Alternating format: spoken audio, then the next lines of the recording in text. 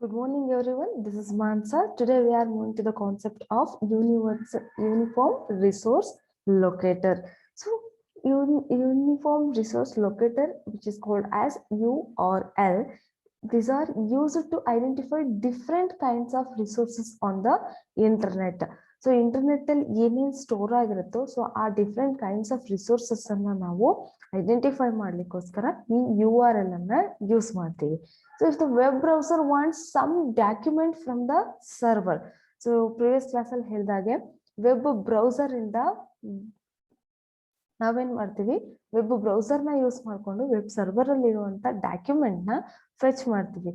So just by giving domain name is not sufficient. So ಬರೀ ನಾವು domain name ಅನ್ನ ಅಷ್ಟೇ ಅಲ್ಲಿ ಟೈಪ್ ಮಾಡಿ ನಮ್ಮ ಇನ್ಫಾರ್ಮೇಶನ್ ನ ಗ್ಯಾದರ್ ಮಾಡಕ್ ಹೋಗ್ತಾ ಇದೀವಿ ಅಂದ್ರೆ it is not sufficient and can only be used for locating the server. So ಆ ಡೊಮೈನ್ ನೇಮ್ ನ ಏನ್ ಯೂಸ್ ಮಾಡ್ತಿದೀವಲ್ಲ ಅದನ್ನ ಆ ಸರ್ವರ್ ನ ಲೊಕೇಟ್ ಮಾಡೋದಕ್ಕೆ ಮಾತ್ರ ಅದು ನಮಗೆ ಯೂಸ್ ಆಗುವಂಥದ್ದು.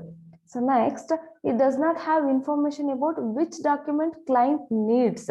ಸೊ ಅಂದ್ರೆ ಈಗ ನಾವು ಡೊಮೈನ್ ನೇಮ್ ಅನ್ನ ಯೂಸ್ ಮಾಡಿದೀವಿ ಅಂದ್ರೆ ಬರೀ ಅದು ಸರ್ವರ್ ನ ಲೊಕೇಟ್ ಮಾಡ್ಲಿಕ್ಕೆ ಯೂಸ್ ಆಗುತ್ತೆ ಹೊರತು ನಾವು ಕ್ಲೈಂಟ್ಸ್ ಯಾವ ಇನ್ಫಾರ್ಮೇಶನ್ ನ ಫೆಚ್ ಮಾಡ್ಲಿಕ್ಕೆ ಟ್ರೈ ಮಾಡ್ತಿದೀವಿ ಅನ್ನೋದು ಆ ಡೊಮೈನ್ ನೇಮ್ಗೆ ಅರ್ಥ ಆಗೋದಿಲ್ಲ. So for that purpose we should use the URL.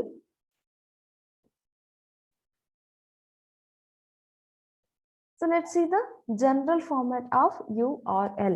So it consisting of scheme and object address. So for example, http://www.lktech.ac.in/result.php ಒಂದು ಕಂಪ್ಲೀಟ್ URL ಇದೆ ಅಂದ್ರೆ ಅಲ್ಲಿ ಒಂದು ಸ್ಕೀಮ್ ಇರುತ್ತೆ ಅಂಡ್ ಅಗೇನ್ ಆಬ್ಜೆಕ್ಟ್ ಅಡ್ರೆಸ್ ಕೂಡ ಇರುತ್ತೆ.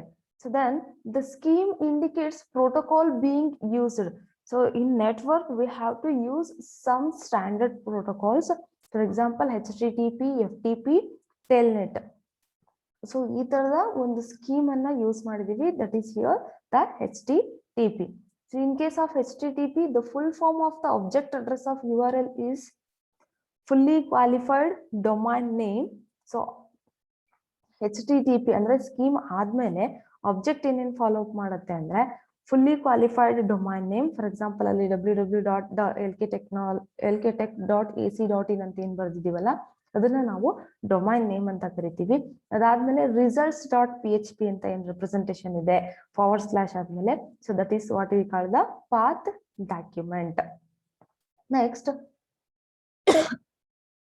URLs can never have embedded space. ಒಂದು URL use ಮಾಡ್ತಾ ಇದ್ದೀವಿ ಅಂದ್ರೆ ಅದ್ರ ಜೊತೆ ಯಾವುದೇ ಸ್ಪೇಸ್ ಎಂಬೆಡ್ ಆಗಿರೋದಿಲ್ಲ. It is not mix up with any embedded spaces and it cannot use special characters like semicolons, ampersands and semicolons. And a path that includes all directories. So a path which includes all directories along with the way is called a complete path. So when the path ಅಲ್ಲಿ complete directories ಇತ್ತು ಅಂದ್ರೆ ಅದನ್ನ ನಾವು complete path ಅಂತ ಕರಿತೀವಿ. For example, http://www.psce.ac.in/index.html. That is what we call the complete path. And for example, there we call the partial path also. Here we can observe the example http://www.psce.ac.in. This is what we call the partial path. That is specified in the configuration files of the server. So that type of paths are called partial paths here. So next, moving to the concept of multi-purpose internet mail extension, MIME, multi-purpose internet mail extension. So here it is one of the multi-purpose internet mail is an extension of simple mail transfer protocol. In networking, especially in mail, we have to use the simple mail transfer protocol. Apart from that, the multi-purpose internet mail extension is a continuation part actually. The server system, apart from sending the request document, it will also send some MIME information, and the MIME information used by web browser for rendering the document properly. So ಈ MIME information ಏನಕ್ಕೆ use ಮಾಡ್ತಿದ್ದೀವಿ ಅಂದ್ರೆ we can render the document from the web browsers.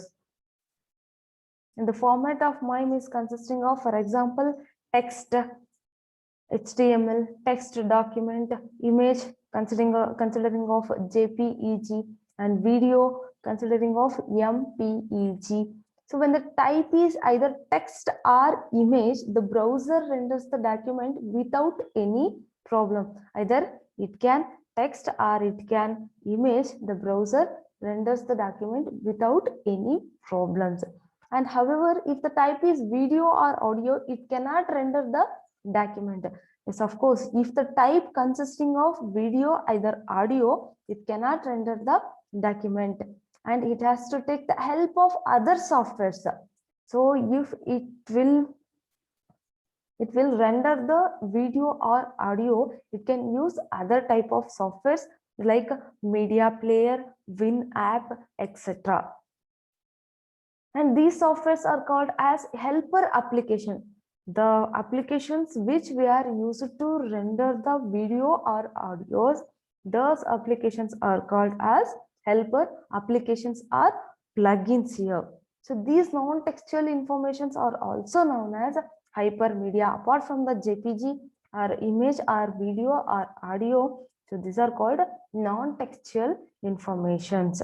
So experimental documents types are used when user wants to create a customized information and make it available in the internet. So the format of experimental document type is type/x subtype. And for example, database/xbase, video XMS video. These are the main examples. So along with creating customized information, the user should also create helper application. So in MIME, along with creating customized information, the user should also create some helper applications. And these helper applications will be used for rendering the document by the browser. Of course, we use some helper applications to render the document by the browsers. So the list of MIME specification is stored in configuration file of web server. The complete list of MIME specification is stored in configuration file of web browser. And the next part is the hypertext transfer protocol. So here the hypertext transfer protocol consisting of two phases. One is request phase and another one is response phase. Let's see for the request phase. So here the general format of an HTTP request is, it consisting of HTTP domain part, that of URL, HTTP version, and header fields and blank line. So the message body, the following is an example of the first line of HTTP request. Here is we have example. For example, get/storefront.html http and /1.1. This is the request phase example. Let's see, we have some request methods. So almost the request methods are a request phase is from the client side. So we have to move on to the web browser side. So here it consisting of some methods in HTTP request, that is get, head, post, put, and delete. So here some descriptions are there.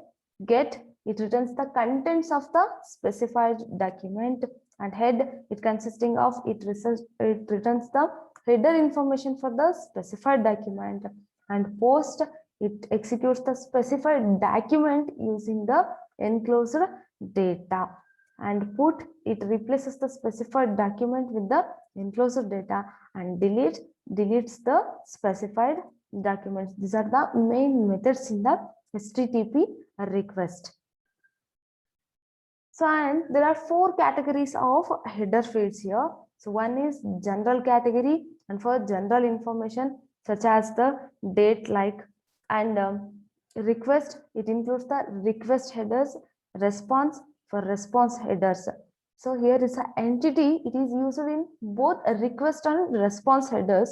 A wildcard character, the asterisk, can be used to specify the part of the MIME type, can be anything. And the host name request field gives the name of the host. The host field is required for HTTP 1.1. So we have small confusion in HTTP request. So it is one of the requesting method in the HTTP. We have to request some document or some resource from the web server. So we are moving through the web browser, in that it consisting of the request part. So generally it consisting of the request part consisting of HTTP method domain, HTTP header fields, and blank lines. So next, moving to the phase of response phase. So generally HTTP response consisting of status lines, response header fields, and black lines. Here the response body, the status line includes the HTTP versions. So what HTTP versions we are used, and a 3-digit status code for the response, and a short textual explanation of the status code. The response consisting of 3-digit status code for the response and a short textual explanation of the status code itself. So for example, most responses begin with the HTTP/1.1 200 okay. The status code begins with 1 2 3 4 or 5. So here is one table which can represent the status code. So 1, it can represent the informational category, and 2 success, and 3 redirection, and 4 client error, and 5 the server error. So on one of the most common status code in one user, so usually ನಾವು ನೋಡದೇ ಇರುವಂತದ್ದು 404. So ನಾವ್ ಏನಾದ್ರೂ internet ಅಲ್ಲಿ response request ಅನ್ನ send ಮಾಡಿದಾಗ, so ನಮ್ಗಲ್ಲಿ ಒಂದು HTTP pass ಆಗುತ್ತೆ. ಸೊ ಅದನ್ನ ರಿಕ್ವೆಸ್ಟ್ ಅಲ್ಲಿ ಹೆಡರ್ ಇರುತ್ತೆ, ರಿಕ್ವೆಸ್ಟ್ ಲೈನ್ ಇರುತ್ತೆ, ಅದಾದ್ಮೇಲೆ ರೆಸ್ಪಾನ್ಸ್ ನಮಗೆ ಬ್ರೌಸರ್ ಮೇಲೆ ಡಿಸ್ಪ್ಲೇ ಆಗುತ್ತೆ. So for sometimes we get the response like 404. It means the request file could not be found on the browser. So that is what we call the response. Thank you.